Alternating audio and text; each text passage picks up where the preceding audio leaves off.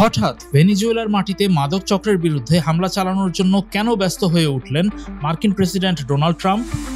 পূর্ব ক্যারিবিয়ানে মার্কিন প্রতিরক্ষা দপ্তর পেন্টাগন কমপক্ষে 8টি যুদ্ধজাহাজ এবং একটি সাবমেরিন মোতায়েন করার পরই এ নিয়ে তুমুল আলোচনা শুরু হয়েছিল।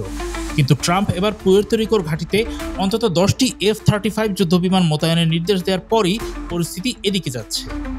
আন্তর্জাতিক জলসীমায় যুক্তরাষ্ট্রের যুদ্ধজাহাজের ওপর দিয়ে ভেনেজুয়েলার যুদ্ধবিমান উড়ে যাওয়ায় ট্রাম্পের মানসম্মানে লেগেছে, নাকি তিনি ভয় পেয়েছেন? সংবাদ মাধ্যম CNN থেকে জানা গেছে, 2 সেপ্টেম্বর ভেনেজুয়েলা থেকে মাদক চোরাচালানের অভিযোগে একটি নৌকায় ক্ষেপণাস্ত্র হামলা করা হয়। ঘটনাটি ওই অঞ্চলের মাদক কারবার বন্ধ করার চেষ্টা হিসেবে বলা হচ্ছে। কিন্তু শুধুমাত্র মাদকের কারবার ঠেকাতে ডেস্ট্রয়ার যুদ্ধজাহাজ, সাবমেরিন আর এখন F-35 যুদ্ধবিমান মোতায়েন যে অদ্ভুত শোনাচ্ছে তা পুরো বিষয় টের পাচ্ছে। আসলে ভেনেজুয়েলার রাষ্ট্রপতি নিকোলা মাদুরোকে ক্ষমতাচ্যুত করার জন্য ট্রাম্পের তৎপরতারই অংশ হিসেবে কাজগুলো করা হচ্ছে বলে জোর আলোচনা চলছে।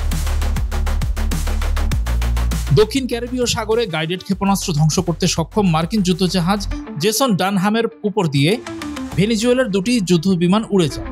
যুক্তরাষ্ট্রের প্রতিরক্ষা মন্ত্রণালয় পেন্টাগন ওই ঘটনাকে অত্যন্ত প্ররোচনামূলক বলে উল্লেখ করেছে। এতে যুক্তরাষ্ট্র আর ভেনেজুয়েলার মধ্যে বাড়তে থাকা উত্তেজনা আরও বৃদ্ধি পেয়েছে। 4 সেপ্টেম্বর এই নিয়ে বিবৃতিও দিয়ে ফেলেছে মার্কিন প্রতিরক্ষা দপ্তর। বিষয়টিকে মাদক বিরোধী সন্ত্রাস দমন অভিযানে হস্তক্ষেপের চেষ্টা বলে আখ্যায়িত করেছে পেন্টাগন। মাদক কারবারের সঙ্গে ভেনেজুয়েলান সরকারের সংশ্লিষ্টতার তথ্য প্রমাণ দিতে পারেনি যুক্তরাষ্ট্র। ট্রাম্প তার প্রথম মেয়াদে সমাজতান্ত্রিক অর্থব্যবস্থায় চলা দক্ষিণ আমেরিকান দেশটির ওপর ব্যাপক নিষেধাজ্ঞা আরোপ করেছিলেন। ভেনেজুয়েলার তেল বাণিজ্য এবং আর্থিক খাতকে পঙ্গু করাই ছিল ওইসব তৎপরতার মূল লক্ষ্য।